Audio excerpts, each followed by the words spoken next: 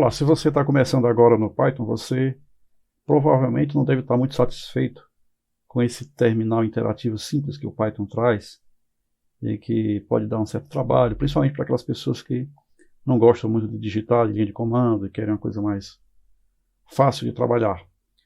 Nós vamos ver agora um terminal um pouquinho melhor, não um pouquinho, bastante melhor, que todo programador Python deve conhecer aí para eventualmente utilizar.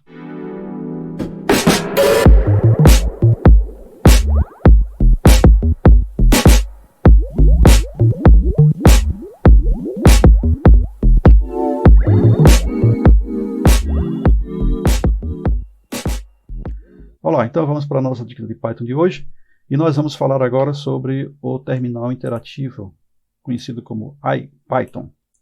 Esse terminal interativo é uma melhoria em relação ao terminal anterior, aquele terminal simples que vem na própria distribuição, na própria instalação do Python. Então o IPython é um terminal interativo aperfeiçoado, ele tem suporte para códigos inline, expressões gráficas, etc, etc. Ele visualiza gráficos de forma interativa, permite. Ele tem uma melhor interação com o sistema operacional, tem realce de sintaxe, ajuda a digitação. Ele tem ferramentas para computação paralela, é um dos elementos que vem junto com o IPython. Ele saiu primeiramente em 2001, foi a primeira versão, que a ideia era fazer um interpretador melhorado, mas ele foi premiado em 2013 pela Free Software Foundation. Depois ele recebeu dinheiro da Microsoft e da Fundação Gordon e Beth Moore. Então ele recebeu bastante dinheiro dessas fundações e continuou seu desenvolvimento até hoje. Foi premiado pela CM em 2017 e nós diríamos, sem dúvida alguma, que é talvez a melhor shell de interface com o Python. E existem outras, né? Existe, por exemplo, o BPython, mas nós vamos falar aqui sobre o IPython. Vamos aqui no nosso terminal de comandos, rodar o IPython. Ele já pode ser instalado pelo pip ou pode ser vir automaticamente instalado em um pacote como o Anaconda, por exemplo. E aí você tem um terminal interativo de alta qualidade.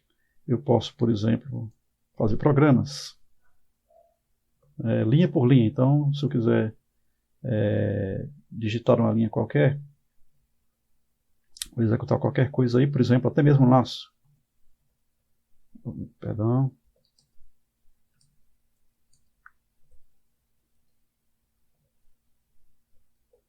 Observe que ele tem uma organização melhor do que o terminal.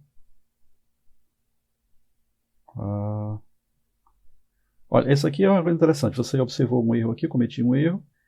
E quando eu pressionei a seta para cima, ele automaticamente já me repetiu o código e permite que eu faça a edição sem problemas, né? Isso é uma coisa que não é tão fácil assim de fazer no terminal natural do Python. Aliás, não é possível fazer. Então, naquele terminal que você vem com o Python, você não faz esse tipo de correção que a gente acabou de fazer aqui. Então, eu posso utilizar o terminal da mesma forma que eu utilizo o terminal antigo, só que com muito mais facilidade.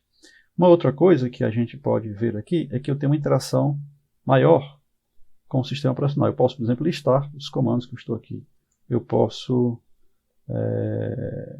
entrar em diretórios, posso usar o pwd. Esses comandos que eu estou mostrando aqui, como o ls ou cls, perdão. Então, esses comandos são chamados de comandos magic, ou magic commands. Normalmente eles deveriam ser digitados com um comando dessa forma aqui, com a percentual antes. A não ser que eu tenha uma coisa chamada automagic automagic habilitada, que é default.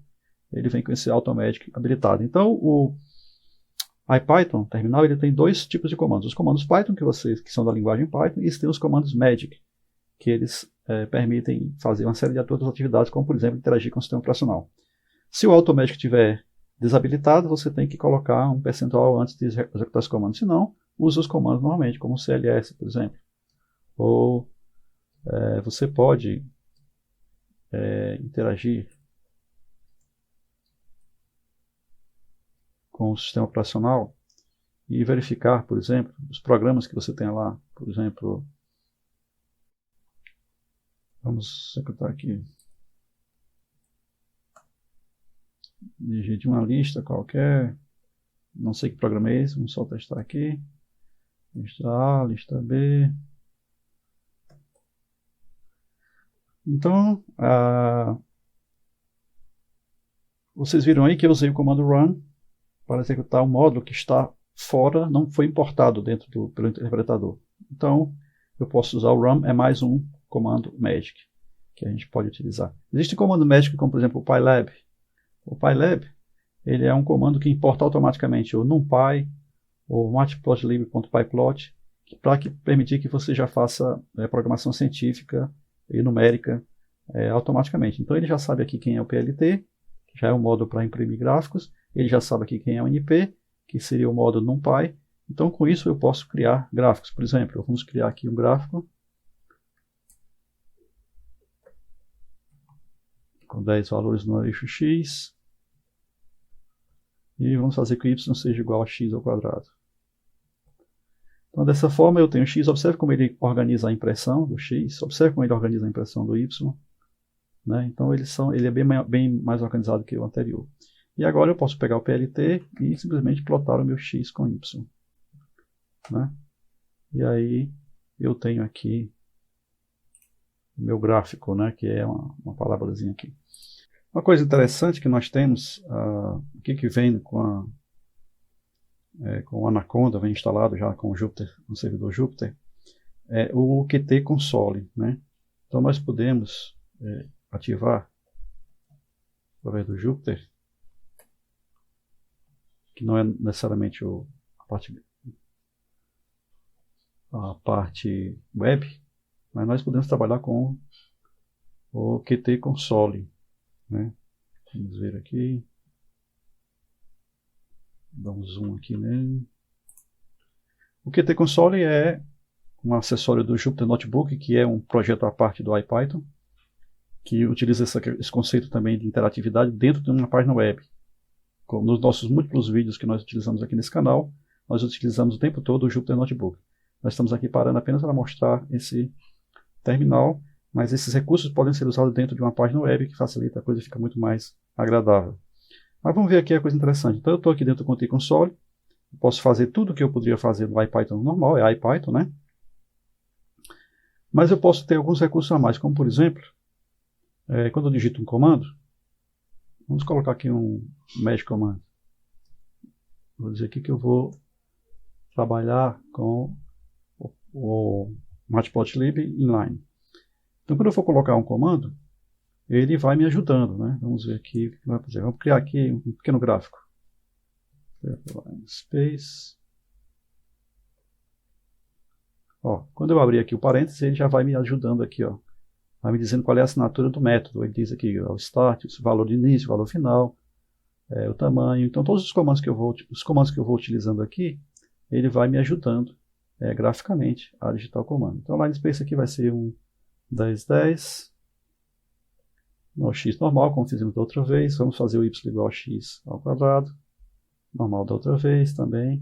Então nós temos aqui todos os recursos normais, com uma vantagem. Se eu fizer aqui o plt.plot, ao invés de ele colocar ele vai me ajudando aqui também na janela, mas ao invés de ele me colocar numa janela à parte, ele coloca inline, ou seja, dentro do próprio texto que eu estou fazendo aqui. Então eu posso ter uma interatividade maior com gráficos e com recursos dentro do próprio Qt Console. Uma ferramenta que também embute isso aqui é uma ferramenta que é o Spyder, que vem junto também na distribuição Linux. Então o Spyder permite que você faça a utilização de um Qt Console ao lado na sua IDE. Então o Visual Code também, o VS Code também permite que você use Qt Console ao lado do seu programa em Python. Então esses recursos são bastante comuns em várias IDEs que você pode utilizar para programar em Python. Sem mais para o momento, fica aí essa dica do IPython.